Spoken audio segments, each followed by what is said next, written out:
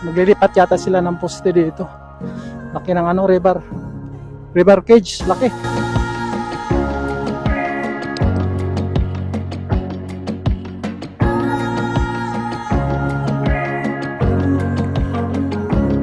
So dito po tayo sa may ano, no, ito po, no, ongoing construction ng Lubao-Guagua bypass road. Ayan, dyan banda ongoing yung ano dyan, no, marami silang gumagawa dyan para sa slope protection. Naglagay sila ng mga bakal, kabilya, no. Ayan, no, so mayroon ng slope protection dito. Ayan, no. So ito, ayan, naka-asfalto na yan. Matagal na naka-asfalto dyan at may nadagdag na rin silang na-asfalto. Ay, ito bago pala ito, no, nadagdag yata itong asfalto na to. Yan, no. Ayan, papunta doon. At so, ito yung, ayan, oh, may nakalagay dito, oh, NLEX Phase 2, BM1, 18, 20, 20, oh, 2024 pa, itong tulay na to. Tsaka ito, ayan, oh. So, ito yung ongoing ginagawa nila para sa slope protection, ayan, oh. Ayan. So, nakikita natin doon banda, maraming gumagawa doon, no. So, mayroon silang nilalagay din, may mga bakal, no. So, ayan. So, ito, so, mayroon pang, ayan, oh, 3 block pa yata yung gagawin nila. So ito, isa pa lang yung natapos. Ito sa direction po ito pupuntang NLEX, no? Yan, oh, may equipment dyan. Kita na natin yung mga sasakyan dyan sa NLEX. Yan, oh.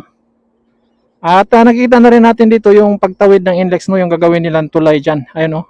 So mayroon ng mga beam nakalagay sa itaas, no? At may dalawang equipment. Titignan natin doon, didiretso tayo doon. Okay, so let's go!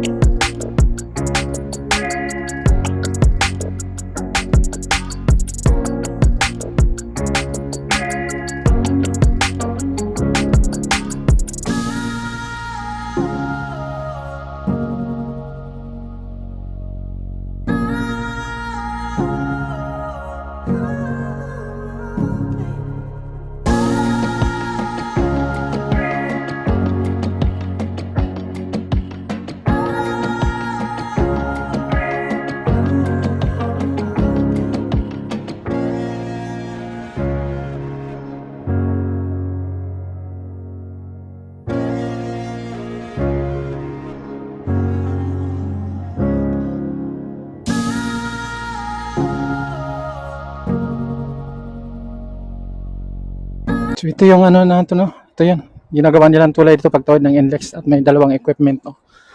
Yun. At dito, dahil magkakaroon kasi dito siguro ng ano, no?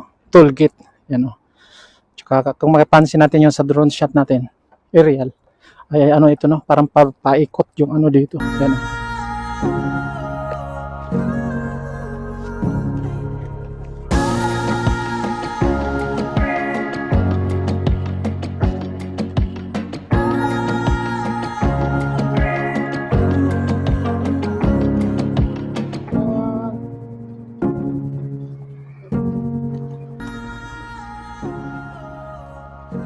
Mayroon na silang beam doon sa ano, no?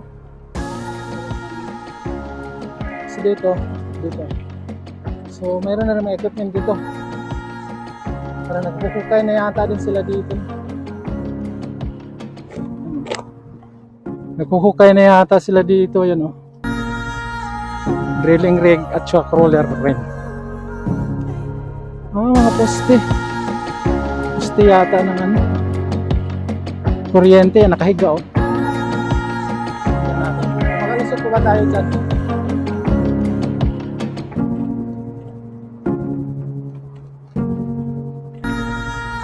Yan yung NLEX, yan oh.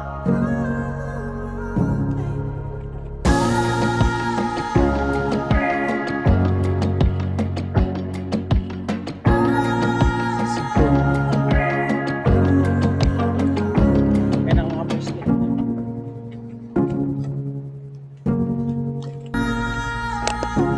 Maglilipat yata sila ng poste dito. Laki ng ano, river cage, laki.